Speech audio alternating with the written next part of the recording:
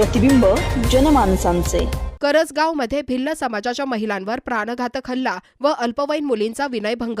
गुन्हा दाखल न झाल्याने आदिवासी बचाव समितीच्या वतीने तीव्र आंदोलन छेडणार ज्ञानेश्वर अहिरे। राहुरी तालुक्यातील करजगाव येथे भिल्ल आदिवासी समाजाच्या महिलांवर व अल्पवयीन मुलींवर प्राणघातक हल्ला करून विनयभंग केल्याची गंभीर घटना उघडकीस आली आहे। जमिनीच्या वादातून झालेल्या या हल्ल्यात अनेक महिला, लहान मुले व पुरुष गंभीर जखमी झाले असून त्यांच्यावर अहिल्यानगर शासकीय रुग्णालयात उपचार सुरू आहेत। घटनेनंतरही राहुरी पोलिसांकडून गुन्हा दाखल न झाल्याने भिल्ल समाजात तीव्र संताप व्यक्त होतोय। आरोपींवर तत्काळ कठोर कारवाई न झाल्यास आंदोलन छेडण्याचा इशारा आदिवासी बचाव समितीचे संस्थापक सदस्य ज्ञानेश्वर अहिरे यांनी दिलाय। यावेळी शिवाजीराव गांगुर्डे, कैलासदादा माळी, सुभाष पवार, शिवाजी जाधव आदी पदाधिकारी व कार्यकर्ते मोठ्या संख्येने उपस्थित होते। वंदना देवदास गांगुर्डे, माझं वय 25।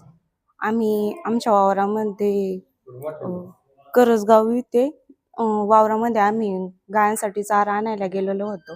तर माझे भाऊ आणि ते शेतीमध्ये काम करीत होते। तर गावातले लोक काही आमच्या वावरामध्ये रोटा मारण्याची याची त्याची धमकी देत होते। त्यांना तर ते रेकॉर्डिंग करत होते।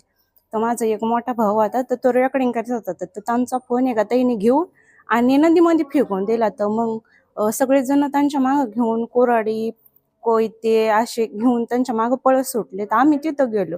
तर मग माझ्या भावजाईंते आम्ही सगळे तिथं आलो। तर ते त्यांना हानीत होते। तर आम्ही त्यांना म्हणलो, का आमच्या माणसांना हाणू राहिले?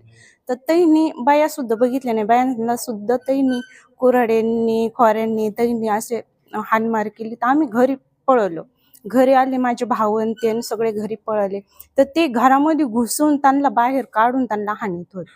तर म्हणायचे या आदिवासी लोकांना इथं थांबून नाही द्यायचे, यांचे घर पिटून द्या।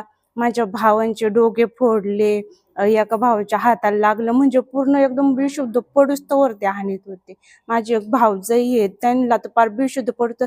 जोपर्यंत रक्ताच्या थारोळ्यामध्ये ते माणसं पळत नव्हते तोपर्यंत ते त्यांना सोडित नव्हते। तर यांना सगळ्यांना आम्ही धरायचा प्रयत्न करायचो। ते लहान पोरं सुद्धा बघत नव्हते, लहान पोरांना सुद्धा धरून असे पकडीला फेकून द्यायचे ते बाई। तर मग मी काय केलं, लहान पोरांना सगळं गोळा केलं घरामध्ये, एका ठिकाणी त्यांना कुलूप लावून घेतलं, कोंडलं आणि मी बाथरूम मध्ये गेले। तर बाथरूम मध्ये गेले तर तिथं सोयब इस्माइलभाई पठाण आणि अमोल बाळासाहेब गायके आणि अनिल बाळासाहेब लोंढे आणि गणेश कोबरणे आणि विश्व सोयब पठाण हे सगळ्यांनी कुऱ्हाडींनी कोयत्याने दरवाजा तोडून आणि मला इथं कोयत्याने हाणलं आणि त्यांनी माझे हातपाय धरले। तर घरामध्ये पुरी होत्या, तर त्यांच्या सुद्धा ते दरवाजा फोडायला गेले। तर मी तिथं दरवाजामध्ये उभं राहिले। तर त्यांनी मला चौकून खाली पाडलं। माझ्या हातावर फोन होता, रेकॉर्डिंग चालू होती। तर माझ्या हातावर ते सोयब पठाण, अमोल गायके येईने माझ्या हातातून फोन हिसकून घेतला, माझे हातपाय दाबून धरले आणि मला ते हाणू लागले। जोपर्यंत माझ्या डोक्यातून रक्त वाहिलं, मी बेशुद्ध पडले, तोपर्यंत ते मला हाणत होते। इथून पुढे मला काहीच माहिती नाही। करजगाव, राहुरी तालुक्यातील करजगाव या ठिकाणी काल आदिवासी भिल्ल समाजावर जो प्राणघातक हल्ला झाला, या हल्ल्याचा आदिवासी बचाव समितीच्या वतीने प्रथम मी निषेध करतो। अतिशय घृणास्पद असा हल्ला आहे।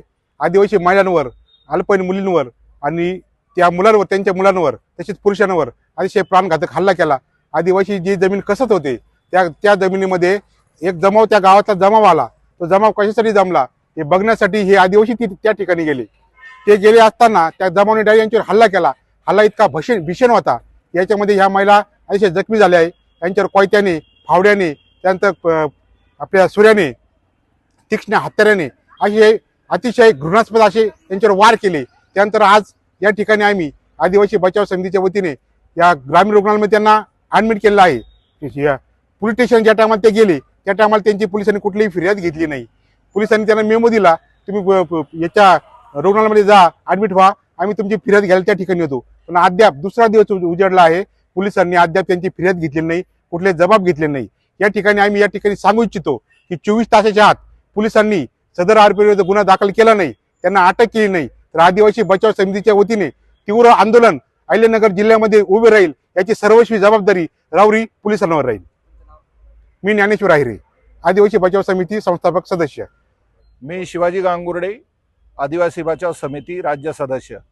आज सिव्हिल हॉस्पिटल या ठिकाणी जे आदिवासी समाजावर जो अमानुषपणे हल्ला करण्यात आलेला आहे आणि त्यांना प्राणघातक हल्ल्यामध्ये जखमी करण्यात आलेलं आहे, त्या कुटुंबाला भेट देण्यासाठी आलो होतो.